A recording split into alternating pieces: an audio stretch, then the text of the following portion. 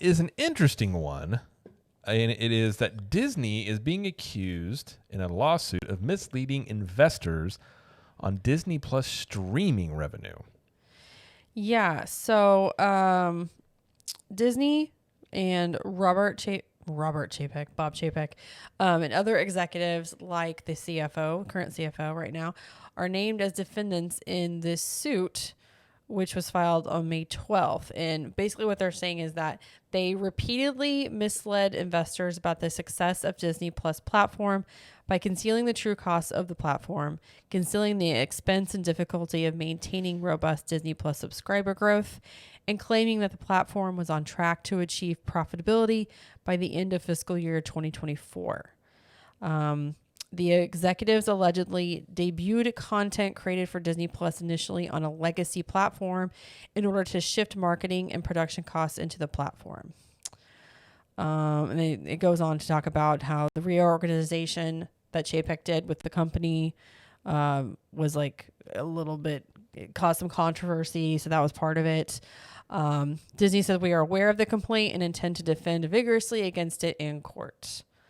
But yeah, so do you want to talk a little bit more about this?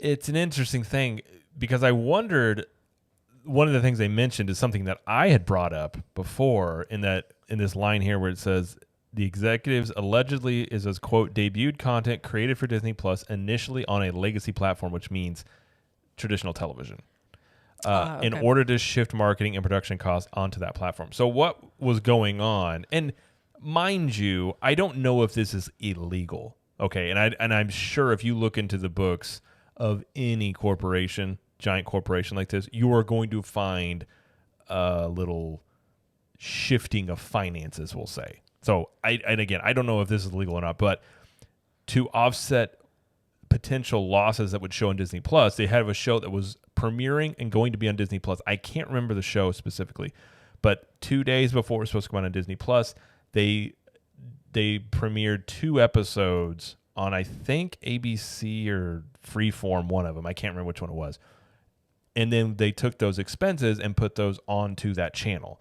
Therefore, the cost of that show were not going to show up on Disney Plus because they had been trying to hide. And again, I don't know if this is illegal. I really don't know the detail, and companies do this a lot where you're trying to shift and not show losses. Like as a company, you're going to show losses. Like a loss is a loss, but they're trying to show certain divisions not having as much of a loss. And I know, we were seeing from the quarterly earnings reports, Disney Plus, 2 quarters ago lost over $1 billion. This previous quarter was like $800 million. So they're trying to not show as much loss on the Disney Plus side because when they restructured the company, if you remember this was during COVID, they restructured it because they wanted Disney to be looked at more of a tech company. Because at the time, the tech companies were not being affected by COVID. They were doing fine. In fact, they were going up, and they were focusing almost all their, energy and everything on Disney Plus.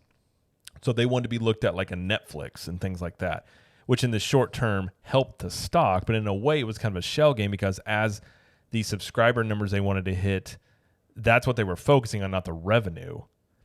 And I think this is where they started doing this because they know, okay, if we're showing all these losses on Disney Plus, and this is what we're focusing on, they're not wanting to show it as much. So again, I don't know if that's illegal, and you'd have to go back and listen to the shareholder meetings because the thing is, you cannot lie. You're a publicly traded company. They can't lie. Like if they had a loss, like if you have a loss of $100 million, you have to say, we have a loss of $100 million. Now, I don't know the legalities of saying, moving losses from Disney Plus over to, say, Freeform. If that is considered fraud, I don't know that. But I know this is I know what they're referring to on this.